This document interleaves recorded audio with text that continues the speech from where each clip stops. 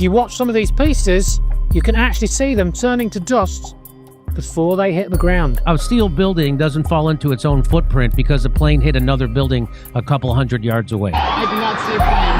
They said the plane hit the first building, the second building just exploded. अब ये देखो, ये New York times का ही आर्टिकल है जो बता रहा है कि जो unknown number of steel columns, मतलब इतने सारे जो स्टील कॉलम्स थे उनको पता नहीं है नंबर कितना था, उनको मिल्स भेज दिया था, एशिया भेज दिया था, उनको एग्जामिन भी नहीं किया, ना उनको बचा के रखा गया। तो यहाँ पे ये भी बताया जा रहा है कि जो वर्ल्ड ट्रेड सेंटर 7 थी, 47 स्टोरी हाई बिल्डिंग, वो भी कोलैप्स कर जाती है अननोन रीजन से, ठीक है। एंड जो उसका स्टील होता है, जो सरिया होता है, वो पिघल जाता है। पर उस बिल्डिंग में तो कोई फायर ही नहीं थी, उसका वीडियो भी देख लो, वो तो ऐसे धर धर धर करके नीचे आ जाती है। कैसे ये स्टील इतना ज्यादा पिघल गया, वो यहाँ पे भी एक्सप्लेन नहीं हो पा रहा है। अब मैं इसको पहले कोट करता हूँ, फिर एक्सप्लेन करेंगे कि the steel apparently melted away, जो स्टील था वो पिघल गया, but no fire in any of the buildings was believed to be hot enough to melt steel outright. मतलब आसपास वाले बिल्डिंग्स में जितनी भी आग लगी हो, वो इतना गर्म नहीं था कि जो स्टील है उसका, बिल्डिंग नंबर 7 का, वो पिघल जाए।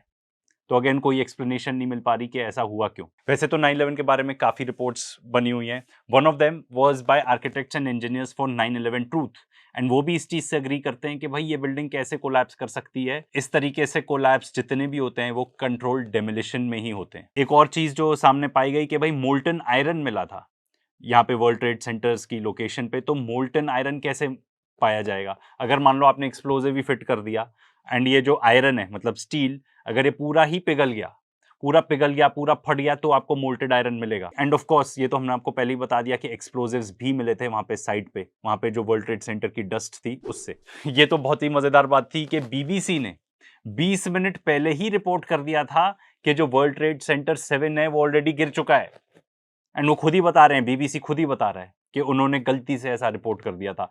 ऐसे गलती से ऐसी रिपोर्टिंग कैसे हो जाती है कि बिल्डिंग गिर गई? इसके अलावा स्पाइक ली हैं, उन्होंने एक डॉक्यूमेंट्री बनाई थी 9/11 के बारे में। उसमें कुछ ऐसी चीजें, अगेन सिमिलर उसी टाइप के सवाल पूछना में भी जैसे हम पूछ रहे हैं, उस टाइप के सवाल होंगे उस मूवी में। मैंने पर्सनली देखी नहीं है। उनको फोर्स किया गया कि वो री एडिट करें डॉक्यूमेंट्री, फिर रिलीज करें। एंड पता है, टाइम्स ऑफ इजराइल ही बता रहा है कि उनको लेबल कर दिया गया था anti Semite. Anti Semite label कर दिया क्योंकि उस बंदे ने एक्चुअल डॉक्यूमेंट्री बनाई 9/11 के ऊपर। वही सवाल पूछते हुए जो आज हम यहाँ पे पूछ रहे हैं, एंड और सारी चीजें इजराइल के बारे में जो अभी आगे आएंगे वीडियो में, वो सब उन्होंने प्रोबेबली पूछी, तो उनको एंटी सेमाइट लेबल कर दिया गया। गाजा में कोई बोलता है कि जेनोसाइड हो रही है, इजरायलीज कहते हैं कोई जेनोसाइड नहीं हो रही। तो जो बोलता है कि जेनोसाइड हो रही है उसको क्या लेबल करते हैं इजरायलीज? Anti Semite. अब भाई इजराइल का कुछ हाथ था कि नहीं मुझे नहीं पता, मैं तो नहीं कह रहा, मैं तो बस यहाँ पे आपको इन्फॉर्मेशन दे रहा हूँ। एंड 9/11 का मुद्दा पूरा सामने लाने के लिए कि एग्जैक्टली क्यों हुआ, क्या हुआ, कैसे हुआ, एक 9/11 कमीशन बनाया गया था। इनकी पूरी रिपोर्ट में ये नहीं मेंशन कि बिल्डिंग 7 क्यों कोलैप्स हो गई। मजेदार बात तो ये है कि जिस बंदे ने 9/11 कमीशन रिपोर्ट लिखी, ऑफकोर्स पूरी कमेटी थी, बट जो एक मेन बंदा था उसका नाम था फिलिप जेलेको। एंड ये एट दैट टाइम, जब मतलब ये 9/11 का इंसिडेंट हुआ था, तब एट दैट टाइम भी ये बुश एडमिनिस्ट्रेशन के अंडर ही काम करता था। बुश उस टाइम पे प्रेसिडेंट था, इनका नेशनल सिक्योरिटी एडवाइजर उस टाइम पे थी कोंडोलीजा राइस। एंड ये कोंडोलीजा राइस के साथ भी पहले काम कर चुका था, उसके साथ एक बुक साथ में को ऑथर कर चुके थे ये लोग। एंड ऐसा भी रिपोर्ट किया जा रहा है कि इस बंदे ने पहले ही ड्राफ्ट भी प्रिपेयर कर ली थी रिपोर्ट की, कुछ भी इन्वेस्टिगेशन होने से पहले। अब यूनाइटेड स्टेट्स ऑफ अमेरिका के बारे में क्या बोले, एक ऐसा इंसिडेंट हो गया जिसने अमेरिका की पूरी हिस्ट्री बदल दी, दुनिया की आई वुड से हिस्ट्री बदल दी। उस कमीशन को एग्जामिन करने के लिए बजट पता है कितना एलोकेट किया? $18 मिलियन।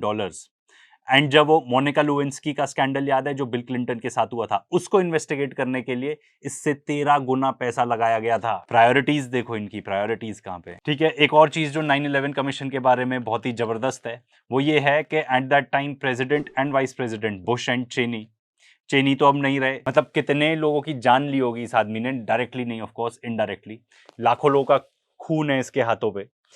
ये पहले तो कह रहे थे कि हम नहीं मिलेंगे कमीशन से, फाइनली जो कमीशन है उससे मिलते हैं, बट अंडर सर्टेन कंडीशंस। सबसे पहले कि हम इकट्ठे आएंगे, अलग अलग नहीं आएंगे, कोई ओथ नहीं ली जाएगी, कोई प्रेस या फैमिली अलाउड नहीं की जाएगी वहां पे, family of the victims of course, क्योंकि इतने सारे लोग थे जो वहां मारे गए, अमेरिकन सिटीजन्स। रिकॉर्डिंग किसी भी टाइप की नहीं की जाएगी, इसलिए आज के डेट में हमारे पास कोई रिकॉर्डिंग कुछ नहीं है, सिर्फ एक ट्रांसक्रिप्ट है। इसके अलावा और इतनी सारी चीज़ें इसके बारे में जिस पे सवाल उठना बनता है कि भाई ये रिपोर्ट किया जा रहा है कि जो हाईजैकर्स थे, ठीक है, वो तो ऑफ कोर्स उन्होंने प्लेन भिड़ा दिया, अंदर मरी गए होंगे, पर ऐसे कुछ हाईजैकर्स भी हैं जो एफबीआई ने, अमेरिका ने बोला कि हाँ वो हाईजैकर्स थे पर वो जिंदा थे। बीबीसी रिपोर्ट कर रहा है और आउटलेट्स भी रिपोर्ट कर रहे हैं। यहाँ पे मैं एक चीज़ और बोलना चाहूँगा कि इस चीज़ पर रिसर्च करना बहुत ही मुश्किल है। हम आगे आपको जाके पूरे सोर्सेज बताएंगे कि हमने सारी इन्फॉर्मेशन और एक ओवरऑल ब्रॉड के कहाँ से उठाई है, पर इस चीज़ पर रिसर्च करना इतना मुश्किल है क्योंकि बहुत सारी लिंक्स जो मिलती है ना वो अब खुलती ही नहीं है, वो आर्टिकल्स ही रिमूव्ड हैं। ऐसे और भी कुछ लोग हैं जो कि अक्यूज्ड थे 9/11 के इंसिडेंट से रिलेटेड। 22 साल हो गए हैं, एटलीस्ट ये आर्टिकल तो ये बता रहा है 22 साल हो गए, कोई ट्रायल ही नहीं हुआ उन लोग का। क्यों नहीं हो रहा ऐसा? क्या इनफ एविडेंसेस नहीं है?